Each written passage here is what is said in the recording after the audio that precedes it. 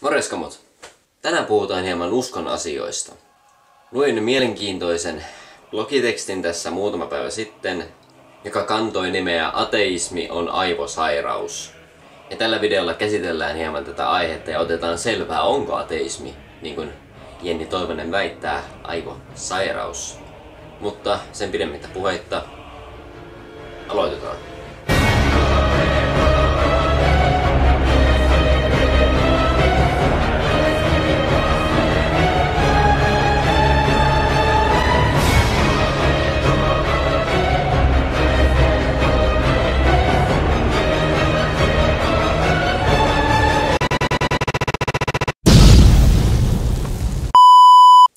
Aloituskappaleessa lukee, että ateisti on ihminen, joka uskoo, ettei Jumalaa ole olemassa.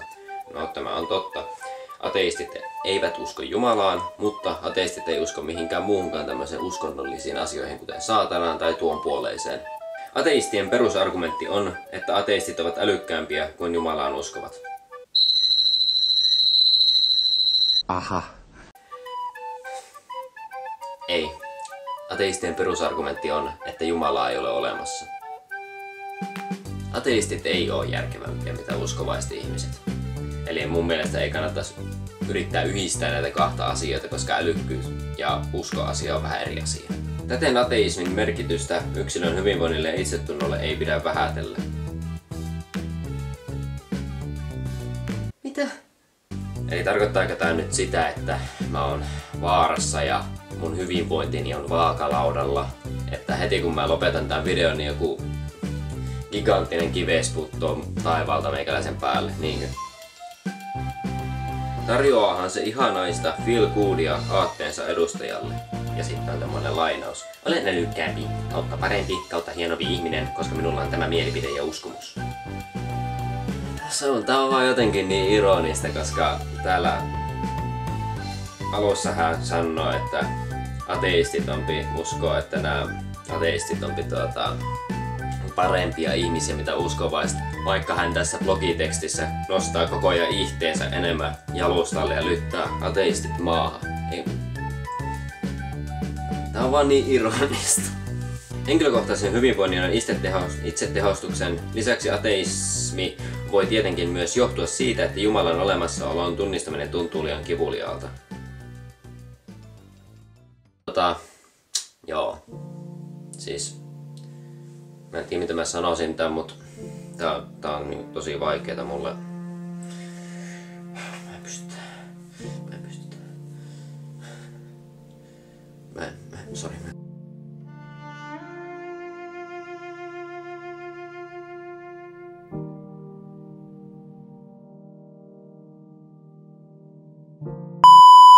Mikä tekee ihmisen ateistiksi? Ehkäpä henkinen epäkypsyys. You just have to say that you're fine when you're not really fine, but you just can't get into it because... Eli ateistit ovat epäkypsyneitä ihmisiä, jotka ei pysty ajattelemaan filosofisesti, koska he eivät usko Jumalaan. Usea ateisti on jättänyt sielunsa tutkimuksen puolitiehen ja oikoo mutkia suoriksi minkä kerkiää. Mitäköhän tuohin lause tarkoittaa? Ehkä se selviää. Seuraa yksinkertaistettua ajattelua ihan kuin pikkulapsella ja muistisairaalla. Come on!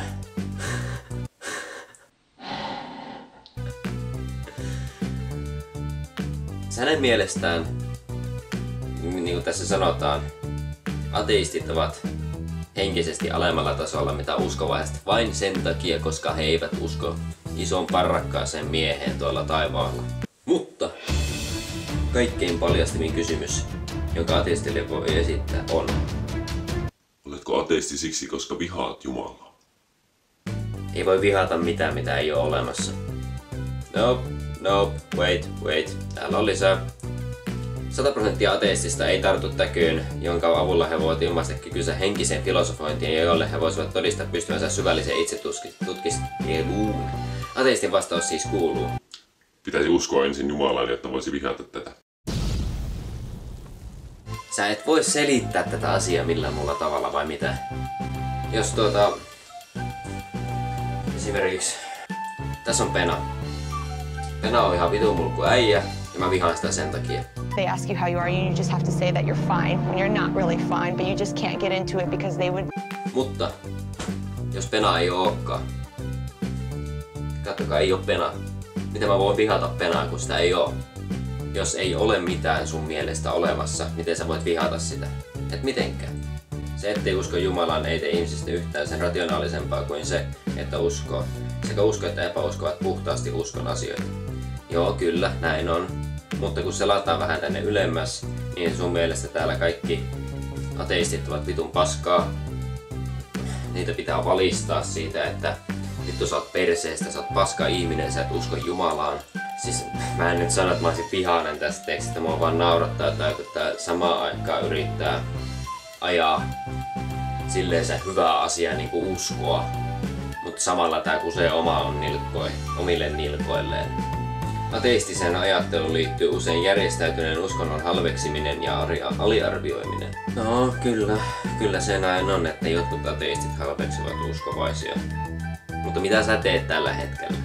Palataanpa taas tänne ylöspäin. Tää vois kuvitella sellaisena tilanteella, että kuvitellaan, että on ateisti ja tää toinen kaveri, tää kirjoittaja.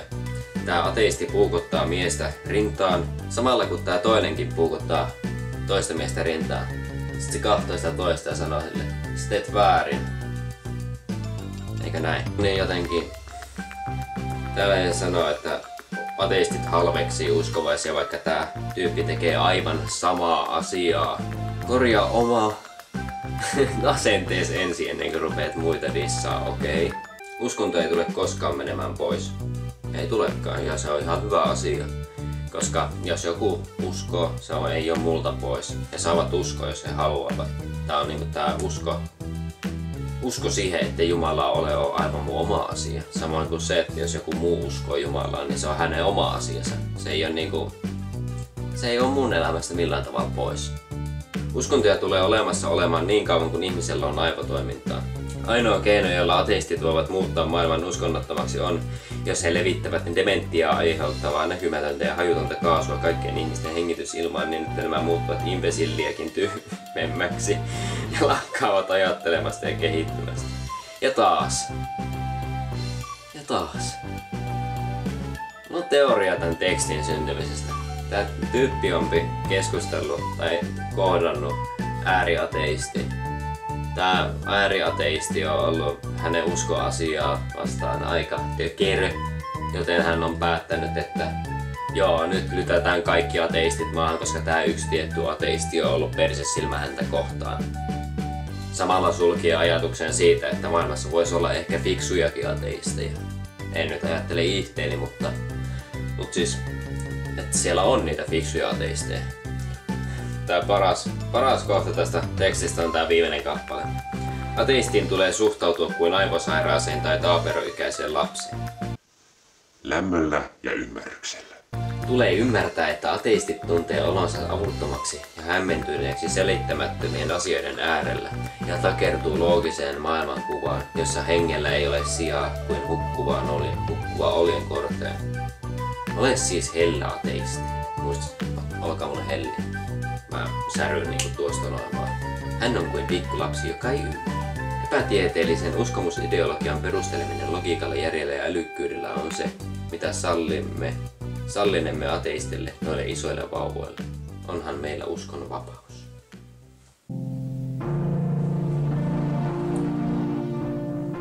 Tää on niinku... Siis tää on totta, mä oon vauva. Mä oon aivokuollut vauva.